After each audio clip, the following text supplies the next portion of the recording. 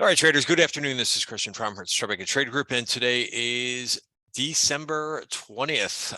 Let's get right to the end of day recap for today. We'll go over a couple things that transpired in the overnight session, which I thought were interesting, as well as where the price action basically left us for the day. So I think the chart in front of you kind of tells the picture in terms of what we have going on at the moment. Just hit pause on this for a second. What I have in front of you is the 1 hour chart for the S&P futures. And, I'll talk about the daily chart too, but I just thought that this is kind of interesting because this is something that we've been kind of talking about a little bit here, is that yesterday we took out this 1 hour virgin point of control VPOC, right? That arises from the valuary back in here, and it's proving its point. It's a sticky level in here, right? And also note, because not only do I use the valuaries and volume at price, but I also try to gather some clues from the moving averages. And notice this moving average that I've got highlighted right here is the 20-day, and notice that we broke below this last Wednesday. That was on the that was on FOMC on Wednesday of last week. And since then, we've been trending lower. We're kind of right in the face of that right now, trying to see if we can regain that. Notice that it's sticky. Price doesn't want to right now, right this second, to regain that. So I think really that's something that I'm watching. One of the top things that I'm watching, and again, like keeping it simple, right? So basically a move above this 20 period moving average, above the VPOC, will shed some light, and perhaps that we can kind of bounce a little bit further, into upwards and into this bottom of value for the week, which is up around 39.47. Again, that's a pretty decent distance above. So that's why I'm kind of concerned with this. And if we can't break this, then you can begin to kind of look at the lows, and you can begin to look at the 37.30. So, if you're, kind of, neutral in terms of what you're thinking, and if you can play both sides of this market, you might have a trade here, but I wouldn't, I don't think there's really a need to anticipate. I think you can basically wait for the signal. All right, that's how this is shaping up S&P futures on the 1 hour chart. And then, of course, on the daily, note also, this is a level that we were talking about. I sent out a Substack post on this, 38.57. We did break below, and we are going to need to regain that for also, for a bounce, even if it is a short-lived bounce. The other thing, a couple other things that I notice here on the daily chart is that we are below value, and if we don't regain this, and if we break that level that I just mentioned on the 1 hour chart, that range, then I would begin to look at this 37.52, which lines up somewhat closely with that 1 hour VPOC that I mentioned as well. Okay, so those things kind of starting to line up on multiple time frames. Another thing to note in terms of risk taking, which we talk a lot at Tribeca Trade Group, but we're still below all these moving averages. 200, I have the 200 on my chart. I've got the 50. We're below that. We're below the 20, and we're below the 5. So this is a short-term downtrend, no doubt about it. And if you're looking for confirmation of that trend to change, I would look at the 5 period moving average at least to see if price can get above that. Until then, what I try to do is try not to too much risk taking. I basically de-risked last week, into this mess that we saw last week, and try not to really to have too much exposure on while the price is doing this. So a couple other things to point out really quickly in the index charts. NASDAQ is also very similar, below value for the month. We did take out a lower VPOC in last night's session, right? So that's the NASDAQ. So again, we're off those lows, right? And you could use that, like if you're looking for a to reshort, maybe a break back below there, because I do think that we don't have anything nearby. But that's what we did, hit this level, take it out, and we're holding it. So NASDAQ futures, let's go back to my spreadsheet. And by the way, everything that we're going through is for information purposes only, not giving out any advice or recommendations. If I didn't read that risk disclaimer, I apologize. Here's where the outperformance was for the day. I want to get to one more thing before we talk about sectors, which is bonds. There was a decent amount of TLT puts that hit the tape. Notice again, I'll kind of start backwards here because I usually start with the daily chart, but we did also take out a version point of control here on the 30-year bond futures, right? And we bounced from that. So again, that, we kind of, that was kind of sought after or sought out last night with the volatility. We went right down to touch that out and we bounced. Again, the VPOCs are really good for futures, right? If you've used them before. Now, if we look at the daily chart as well, we did also sink into the valuary. Somebody was asking me last night on Twitter, does this trigger the 80% rule? Not yet. I mean, I think you really want to establish yourself decently inside the valuary before that 80% rule triggers. Also note, yeah, I mean, it will trigger if we go a little bit deeper into the valuary. But note, we're below the 20-day moving average too, which is the first time that we've been below this since basically middle of November. So this is where things could get dicey, right? If this does really start to sink in and test the 50-day moving average, I think I want to probably be positioned more defensive, regardless of like if we take over the 5-day moving average. I don't want to see rates really start to jump higher. I don't think that will be good for equities in general. So, it's going to be interesting how things materialize. I just put this on Twitter as well about the Santa rally, which Ryan Dietrich was just on CNBC. I just watched his appearance. Solid stuff. But again, it's funny because I see so many posts about, oh, will we or won't we get the Santa Claus rally? It's like this every year where people try to, and speaking of anticipation, right? It wasn't the Santa Claus rally wasn't last week. It's not this week. It's the last 5 days of the year and technically the first 2 of next year. That's when it is. So, all this trying to say, oh, we're not going to get it. We are going to get it. We're not there yet. So if you want to make that argument that there will be no Santa Claus rally, that's fine. You can do that, but there's the stats. Positive returns 79.2% of the time when we get there, right? So it has nothing to do with last week and this week when I saw everybody saying, oh my God, we don't have a Santa Claus rally. You're right. We don't have a Santa Claus rally yet because we're not in that time period. So I don't know. It's just funny the way that Twitter works and some other places too. So let's get to the performance for the day, where I thought that so interesting, the small caps did outperform, right? So again, that's the first time that we've seen that in a little while. Again, really a tough chart at this point. Here's the thing that's kind of interesting about these markets is, this was going back and forth, and I'm okay being patient when this happens. Once we break, even though we've got that outperformance for the day up 0.5% IWM, this is still has turned into a very messy looking chart. Now, it's not to say that this can't come back, but now you're dealing with further overhead resistance. So a really tough setup.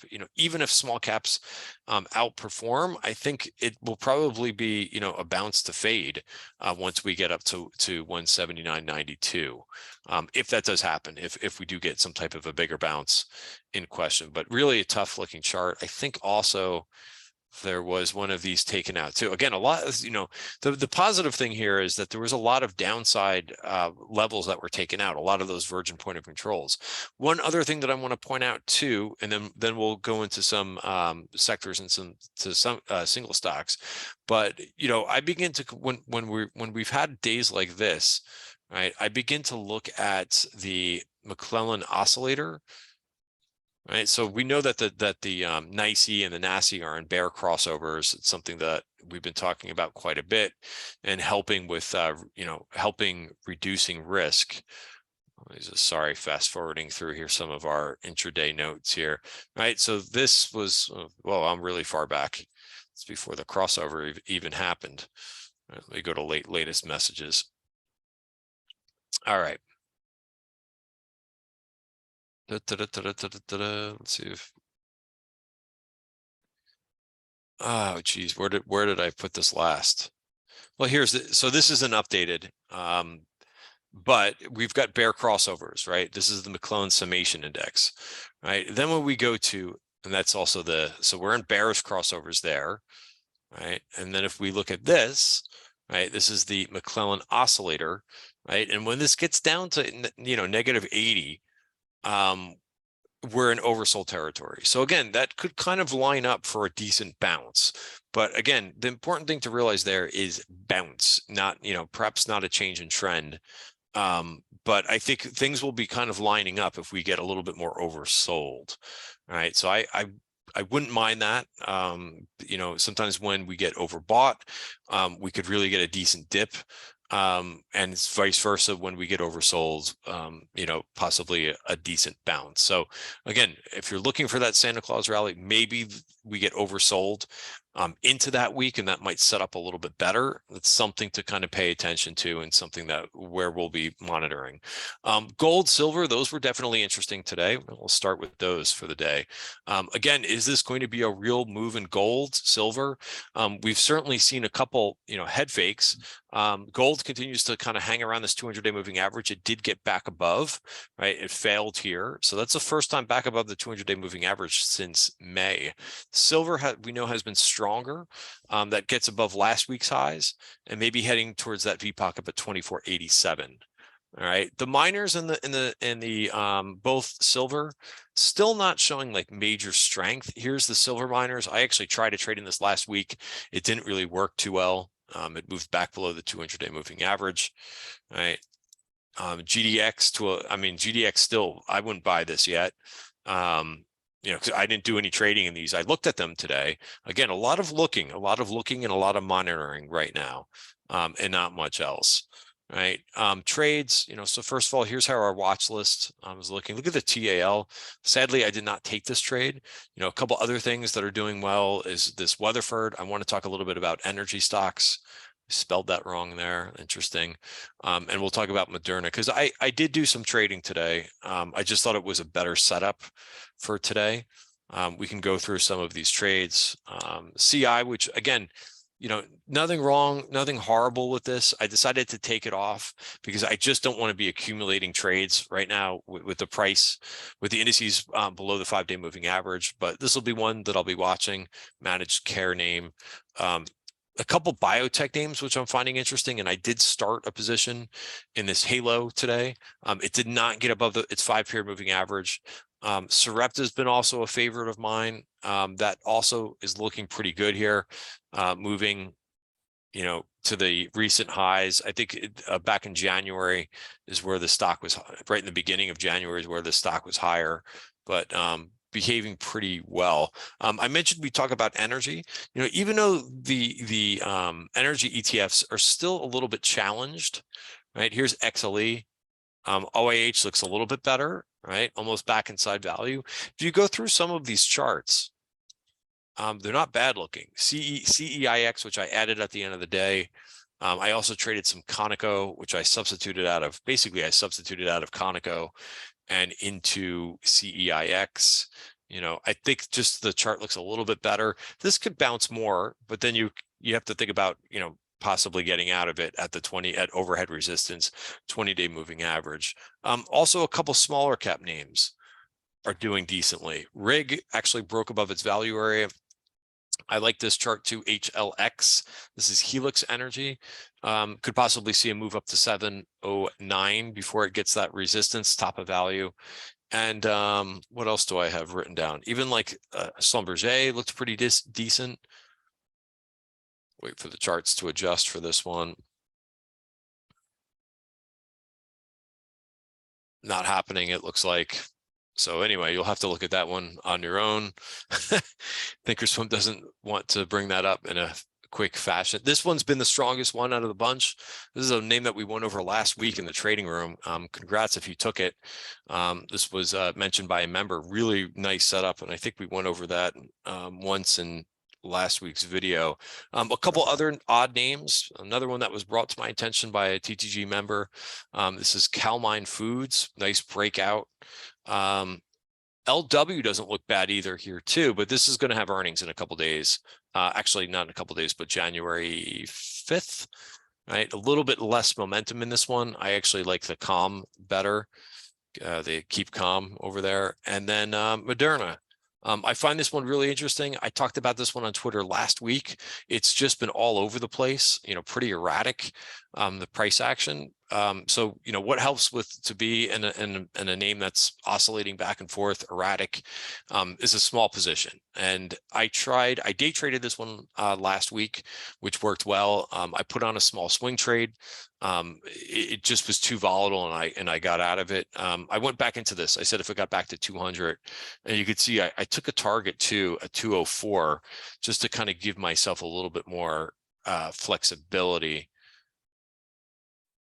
Starter position, target at 204, right, and go from there. And I also have a short setup for you guys too, and that's probably the last chart I'll go over. So why would I short something like this, right? This is Elf Beauty. Well, the issue is it's a little bit expensive, and we've seen a lot of leaders, and I don't know if that's going to happen here, but we've seen a lot of leaders kind of break down a little bit. Right, so I would be more worried about the downside than the upside. The PE is 80. Estimated PE for March is 47. That's still expensive. Notice that it broke the 20-day moving average, a little bit of a fight back today, but as long as it's going to be below this 20-day moving average, I'm going to give this thing a chance at a short, basically down to about in that $49 range, right? And that kind of helps a little bit too. Right, because if I added a couple, starter positions today, I want to have something on the short side too to kind of balance out, considering where the indices are. Notice too, like if it breaks back above 55, that's my stop to get out of the trade. But even if it comes up here a little bit further, then I think we've got a decision area up at 54.48. All right, guys, that is it for today's video. I think again the major concept here that has been the case all year long 2022 is risk management, and then to really be patient, right, and not force trades into this market. All right, guys, well, there's a few names that I'm watching, and we'll go from there. S&P 1 hour chart, I think most closely is what I'm watching. Guys, have a great night. See you tomorrow.